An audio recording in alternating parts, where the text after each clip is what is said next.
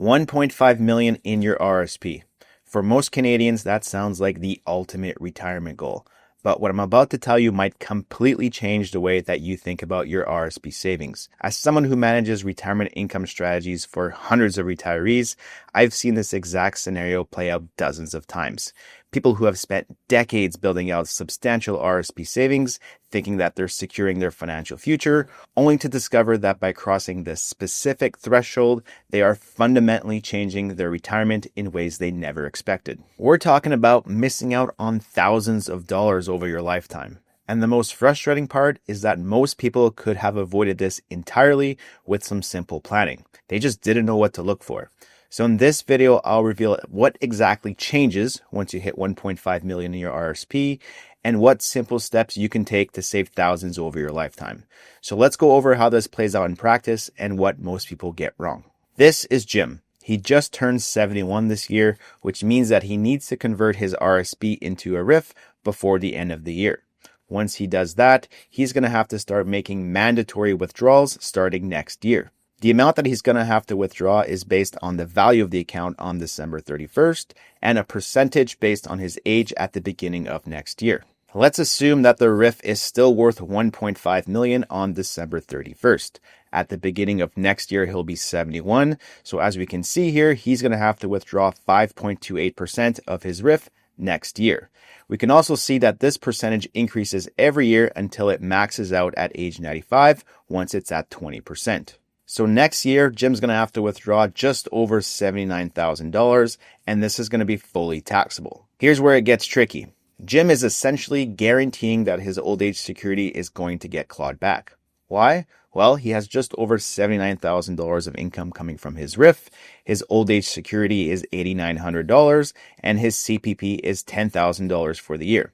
Now his income is going to be just over $98,000. The OAS clawback threshold for this year is sitting at $93,454. It's going to be a little bit higher next year, but Jim will still be over that clawback threshold. So this means that for every dollar that he's above it, he's going to start losing 15 cents on his old age security payments. This is essentially another 15% tax that he's being exposed to. But if Jim had a smaller RRIF, let's say it was sitting at $1 million instead of 1.5 million, with those mandated withdrawals and his CPP and OAS, he would comfortably be under the OAS clawback threshold. So Jim's situation isn't looking great as far as the clawback is concerned, but he still might have one trick up his sleeve. Because what if Jim is married?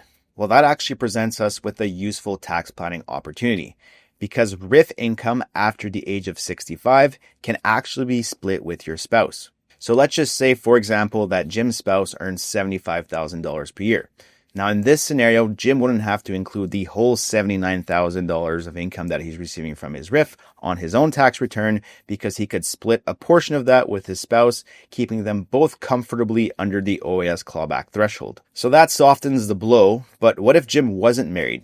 What could he have done earlier in retirement to prevent this situation from popping up? Do you want to make sure that your retirement is on track from a cash flow and tax perspective? Then check out our free retirement toolkit. It has everything you need to make sure that you're staying on schedule. Check it out using the link in the description. Now let's look at another scenario. Meet Tom. He's 60 years old and has $1.2 million in his RRSPs. He now realizes that if he doesn't make any withdrawals and just allows the account to keep growing until he's forced to make that conversion to a RRIF at age 71, he's going to be in a very similar situation to Jim, where he's going to be clawed back on his old age security. If Tom averages 6% in his RRSPs and makes no withdrawals until he turns 71, the account would be worth just over $2.2 million. If we assume the same mandated withdrawal rate of 5.28%, he's going to have to draw out over $117,000 worth of income once he converts his RRSP into a RRIF. Once you add in CPP and OAS again, his income would clearly exceed the clawback threshold. We also need to remember that the OAS clawback threshold also increases with inflation. If we look back at the last 10 years, the average increase has been about 2.56% per year.